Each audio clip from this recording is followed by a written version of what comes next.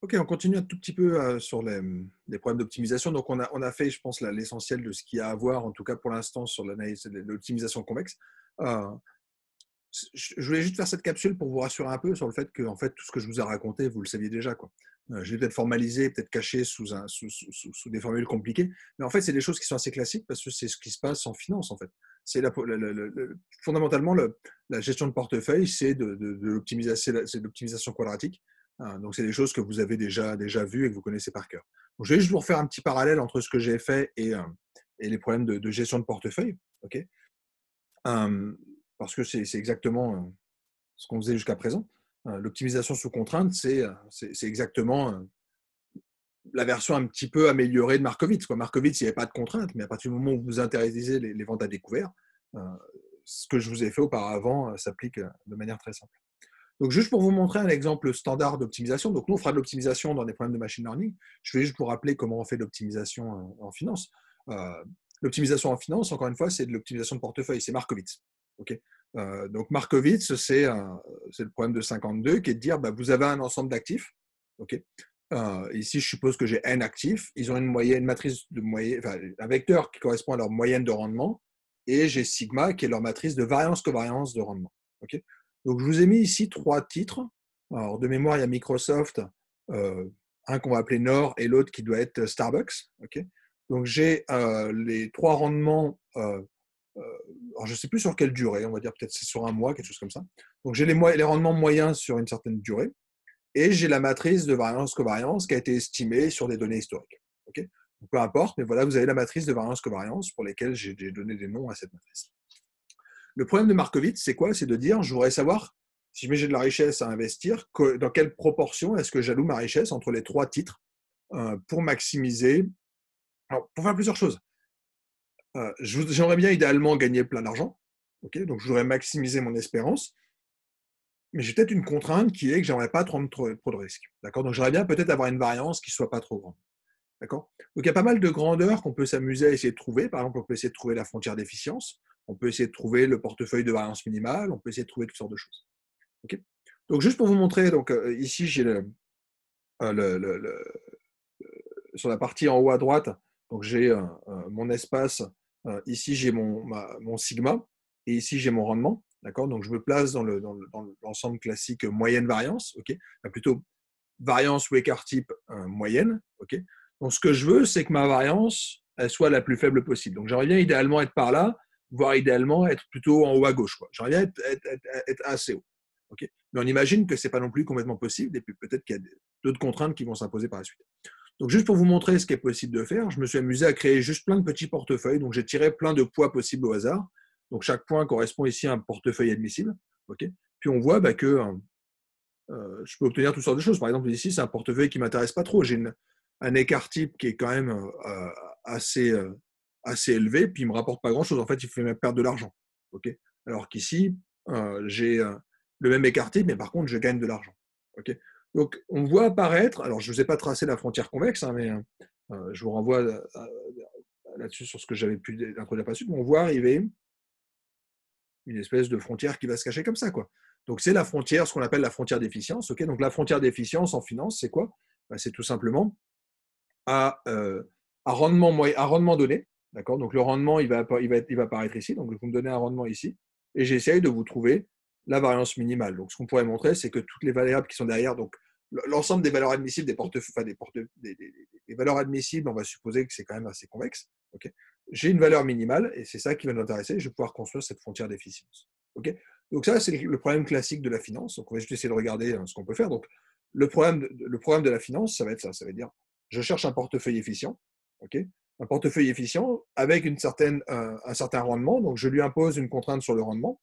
Okay. J'ai une contrainte qui est quand même que je ne perds pas d'argent. Enfin, je ne perds pas d'argent. J'ai un portefeuille qui est autobalancé, si vous voulez. Donc, ça veut dire que ma somme, je la dispatche complètement sur tous mes actifs. Okay. Donc,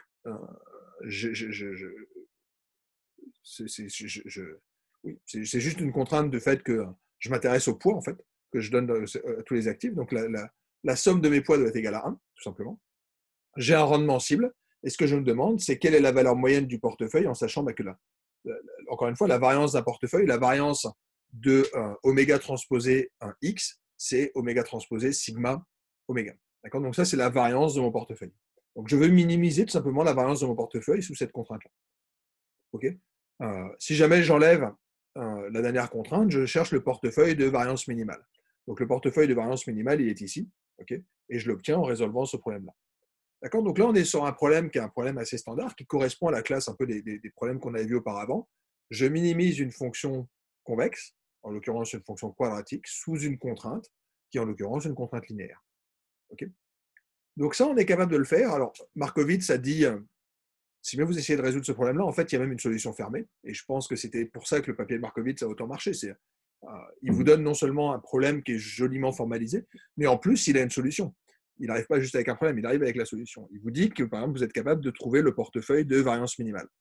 Donc, le portefeuille de variance minimale, je peux le résoudre en résolvant ce petit problème-là. Donc, je vous renvoie à un cours de gestion de portefeuille, de méthode numérique en finance, tout ça, si vous voulez aller plus loin. Mais je peux trouver les pondérations qui me donnent ce portefeuille de variance minimale. Donc voilà les poids que je dois avoir dans chacun des actifs, donc respectivement dans Microsoft, Nord et Starbucks. Okay, donc ce qu'on voit, c'est que Starbucks, il ne faut pas que j'en achète, il faut que j'en vende. Okay, donc je dois être sur une position courte sur Starbucks. Et ça, peut-être que ce n'est pas possible. Voilà. Donc, le problème classique de Markowitz, c'est qu'est-ce qui se passe si jamais j'essaie de rajouter une contrainte qui est que je n'ai pas le droit de vendre à perte. Okay, donc là, on retrouve par exemple les poids. Donc ma variance minimale, elle est très exactement ici. Donc ma variance minimale, elle est à peu près à 0,0177, c'est ce qu'on observe ici.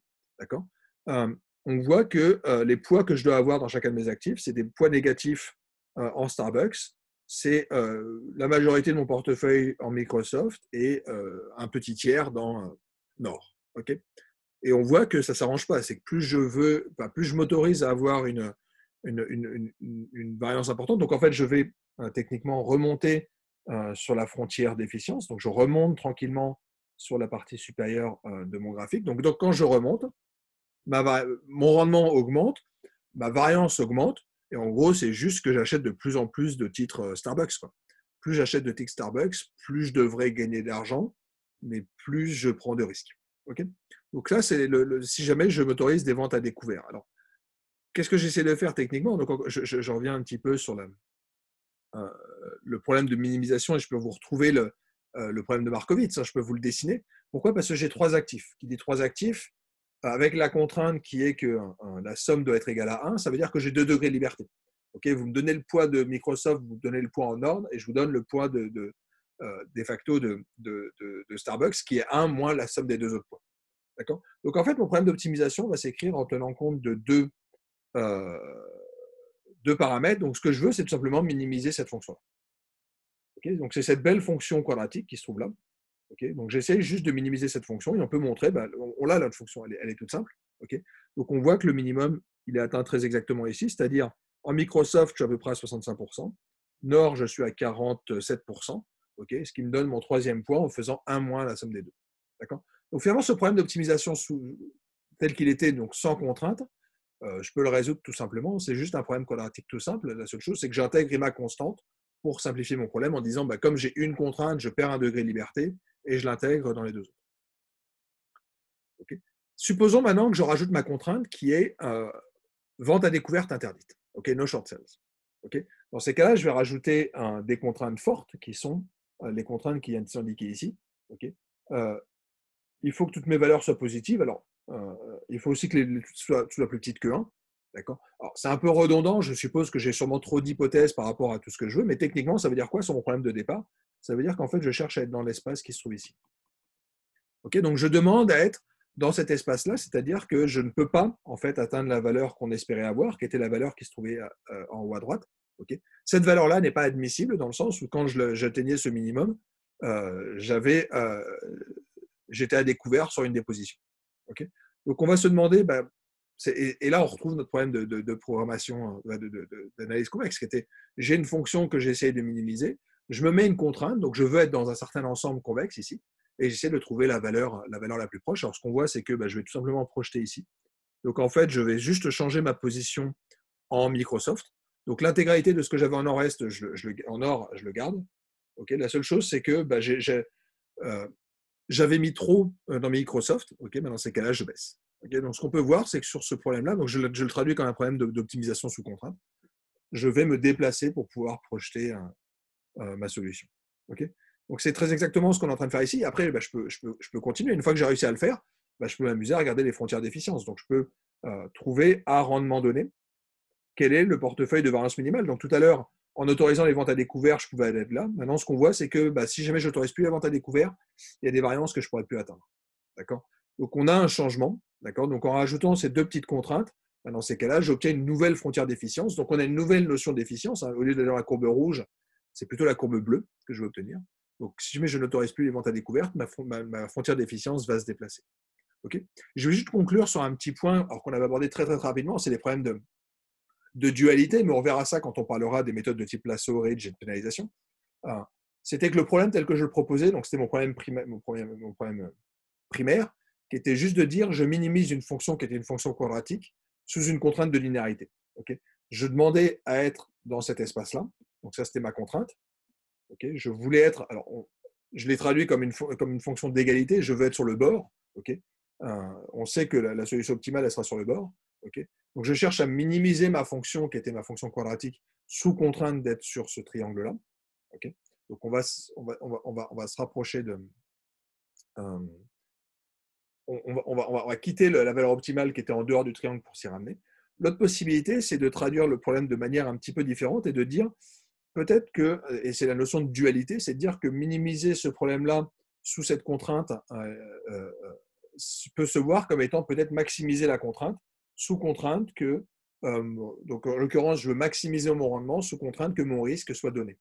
Okay, donc soit, je reviens sur le problème de frontière d'efficience, je me donnais ma contrainte sur le rendement que je voulais atteindre, okay, et je cherchais le portefeuille de variance minimale, ou au contraire, je me dis, mon risque, il est donné, je mets une contrainte sur le risque, où je pourrais mettre un risque inférieur ou égal à un certain niveau, et je cherche le portefeuille de rendement maximal. D'accord. Donc, en l'occurrence, ici, je me dis que je dois être sur une variance la plus petite possible. D'accord. Donc, je vais être à l'intérieur de ce disque. Et en l'occurrence, ici, je vais sûrement être au bord. Donc, comme classiquement, on va saturer nos contraintes. Okay, c'est juste que je veux être le plus haut possible sur mes rendements. Donc, j'ai une fonction qui est linéaire. Okay, donc, soit j'ai ce qu'on a au-dessus, c'est-à-dire une contrainte qui est essentiellement une contrainte linéaire et une fonction objective qui est quadratique, soit je prends la version duale qui consiste à dire que je veux maximiser une fonction linéaire sous une contrainte qui est une contrainte quadratique. Okay, la notion de dualité, c'est le fait que ces deux problèmes peuvent être équivalents sur certaines hypothèses. Okay, je m'arrête là, mais c'était juste pour vous rappeler qu'en fait, la notion d'optimisation, optimisation sous contrainte, les notions de problèmes convexes et de ces choses-là, en fait, c'est des choses qui sont à la base de beaucoup de choses, y compris dans les choses que vous avez déjà vues, en particulier en finance. Donc là, c'est la seule fois où je parlerai, je pense, de gestion de portefeuille. Nous, ce qu'on fera, c'est qu'on traitera des problèmes statistiques avec des dessins qui seront toujours de cet ordre-là.